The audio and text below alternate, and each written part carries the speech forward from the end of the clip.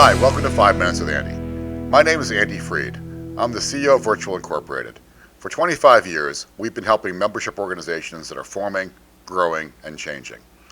And as I introduce myself, I should really introduce my best friend too, my cell phone.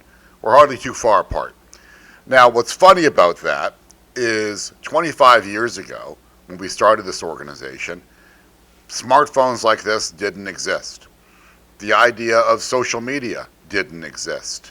The internet was a thing, but it was very different. All of that speaks to how much technology can change and how much things can change in just the course of 25 relatively short years. But we've gotten better as a company because of that change. We've leveraged all of that change. We use that to help our organizations that we work with every day. Now, as you're doing that, and every day it feels like the pace of change is breakneck. Now, it's funny, I always love thinking of when people say that things have never changed as fast as they are now. I always think back to the 70s, and of course I mean the 1870s, when in just 10 short years you had the Transcontinental Railroad, electricity, and the telegraph. That's a lot of change. What we're dealing with is child's play compared to that. But as you're thinking about change, there are a few rules that I think are important as you're thinking about how to deal with change. And I'll check my phone to see what it tells me those rules might be. Number one is look at every change as an opportunity. Don't look at change as being something which is taking things away from you. Look at change as what are the doors that it's opening up.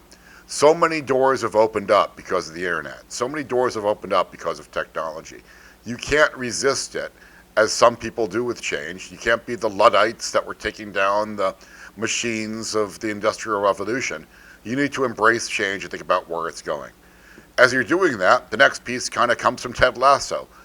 Be curious. Be curious about change. I spend some of my time walking the aisles of Best Buy and just seeing what's new all the time.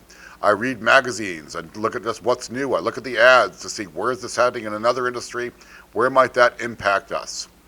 Third is to hire native speakers of that change.